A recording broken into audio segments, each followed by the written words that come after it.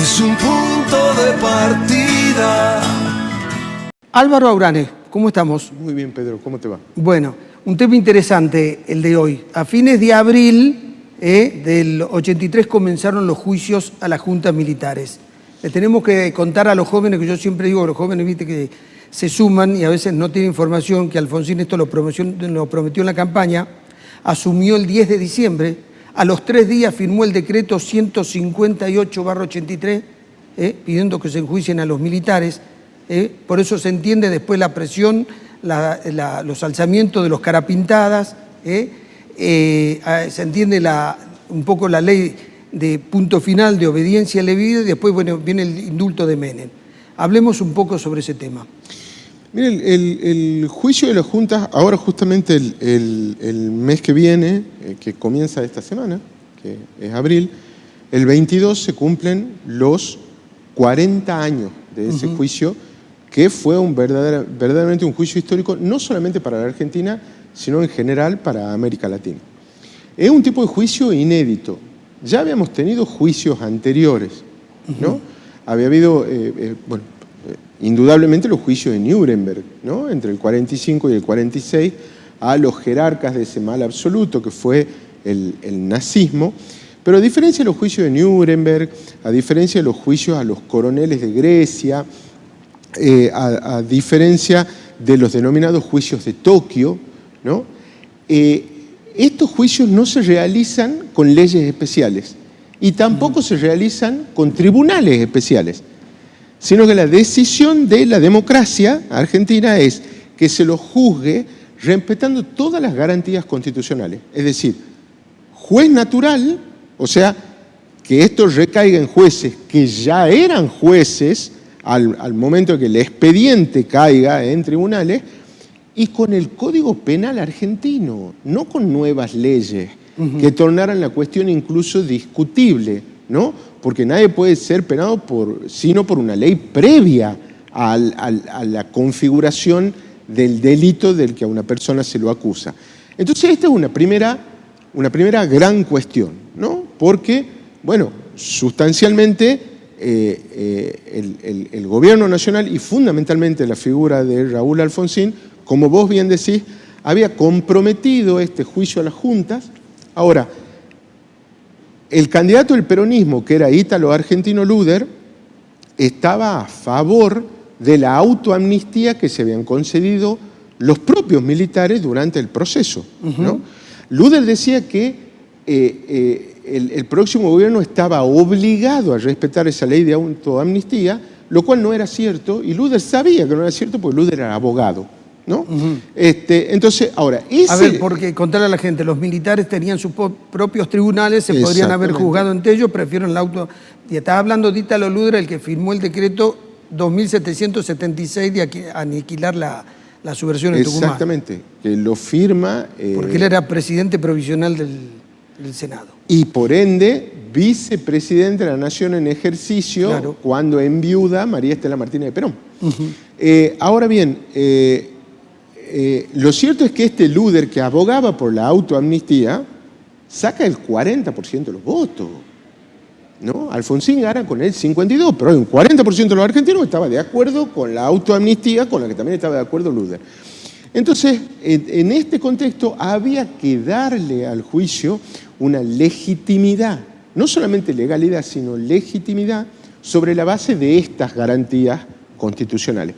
Y sobre eso se suma una cuestión más que, visto a la distancia, es probablemente una ingenuidad por parte del gobierno de los radicales de ese momento, que lo que se quiso es que al juicio, digamos, dejada de lado la ley de autoamnistía, la hicieran los propios militares.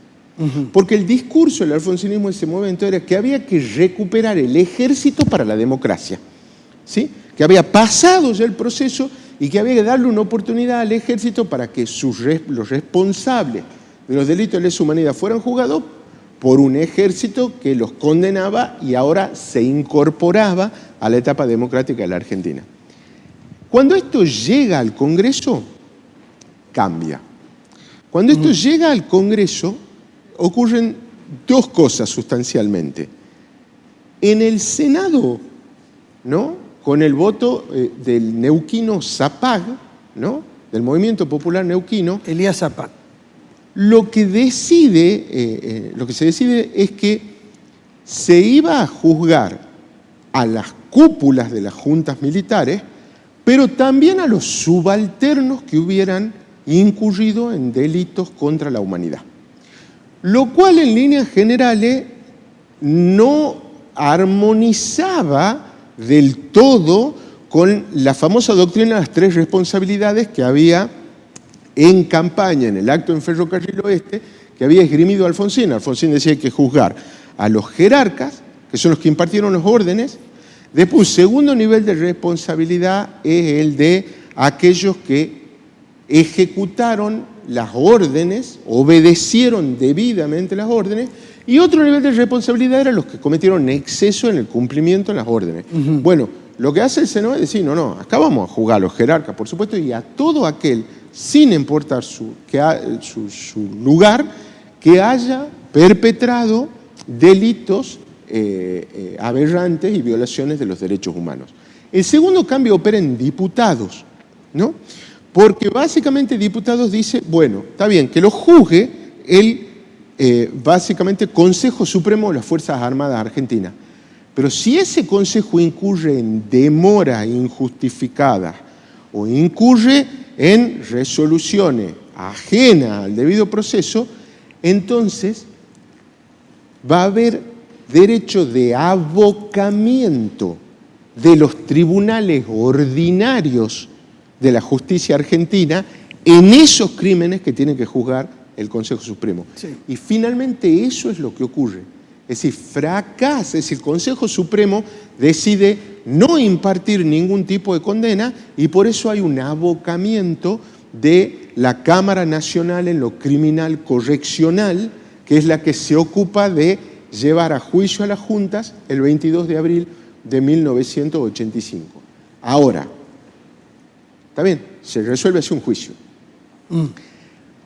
Con jueces naturales y con el Código Penal que estaba vigente, digamos, con las leyes penales de la Argentina, vigente al momento de la comisión de lo que en este momento son supuestos delitos, porque lo estamos llevando básicamente al juicio a los militares.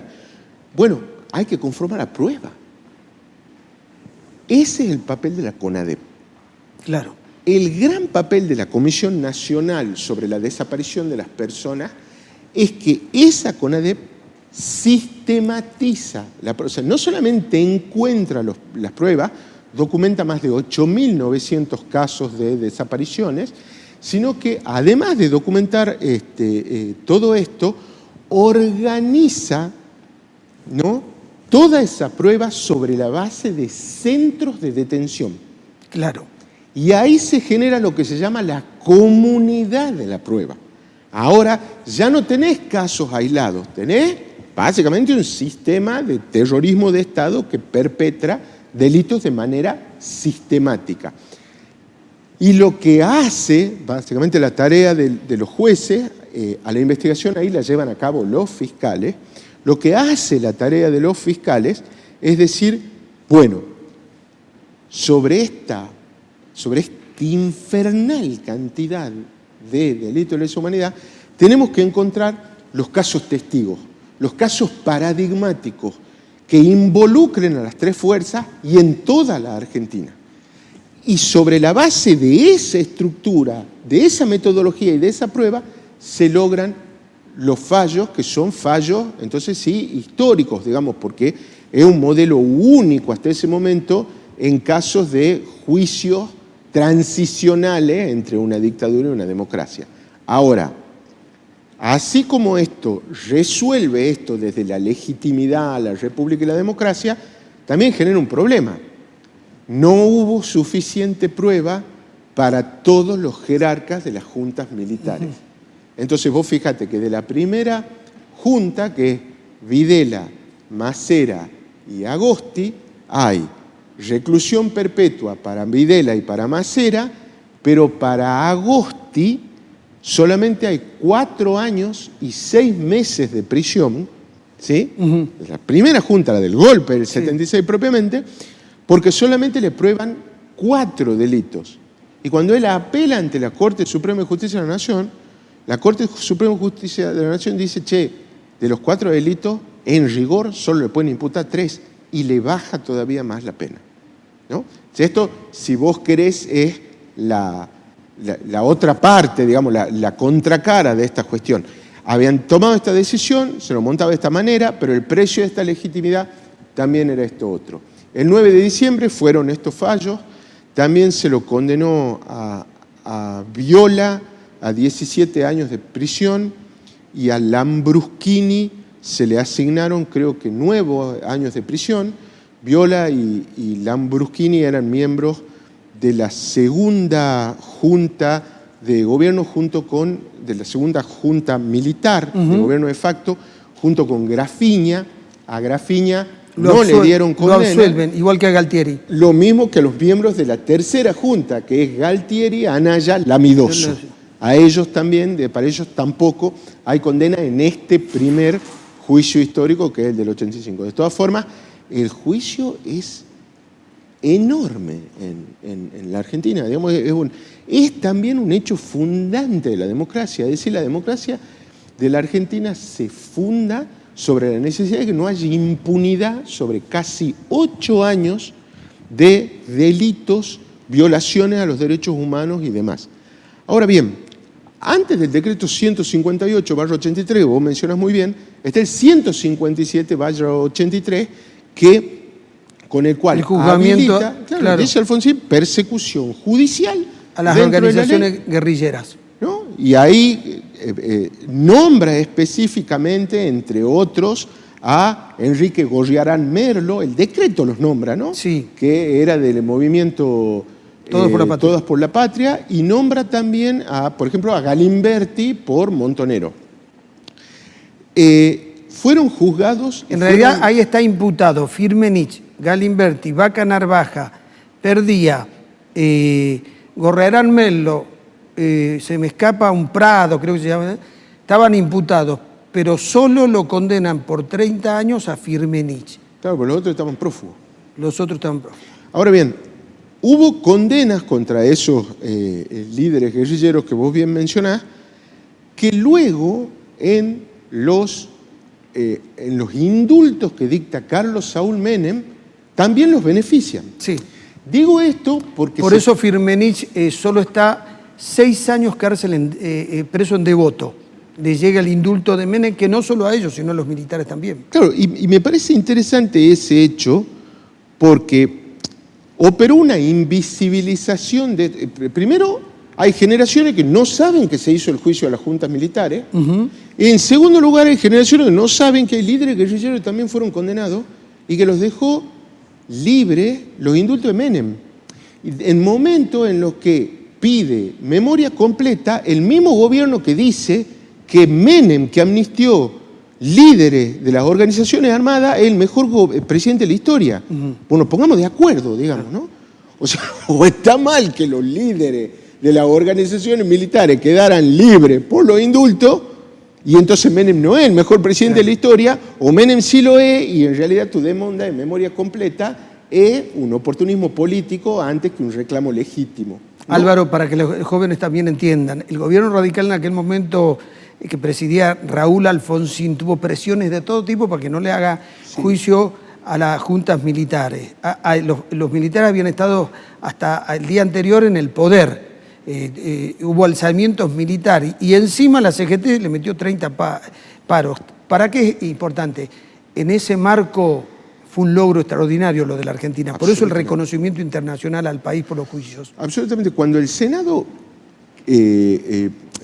sobre todo cuando diputados cambia la pauta y dice también vamos a investigar los subalternos, que empiezan la efervescencia de los sectores militares, ¿no? El gobierno apura la denominada ley de punto final y les da en diciembre un plazo que vencía en febrero siguiente. En diciembre del 86 se aprueba la norma y dice, che, hasta febrero del 87 tienen que estar cerrados los expedientes para que lo que solo quede es la sustanciación del juicio. Y ocurre algo no querido. Los jueces federales de las provincias que se venían haciendo los otarios con esto, pues muchos habían sido cómplices básicamente del proceso y encubridores de los delitos del proceso, para no quedar expuestos ante la sociedad, empiezan a apurar a fondo las citaciones a indagatoria. En el marco de esa efervescencia, esas citaciones a mansalva, estalla en la Semana Santa de 1987 la rebelión Cara Pintada. Y lo que sigue de esa rebelión Cara Pintada es la ley de obediencia debida, que el radicalismo va a decir, en realidad estamos cristalizando nuestra teoría de los 3 niveles de responsabilidad que habíamos dado en la campaña y que mencionamos recién, ¿no? Pero esto que vos señalás es palmario. Pero además es importante decir, esto de la obediencia debida, ¿qué decían ellos? Mire, yo soy un subalterno, me mandaban a matar, tengo que matar si yo debo tener disciplina militar. Entonces ahí venía la discusión jurídica.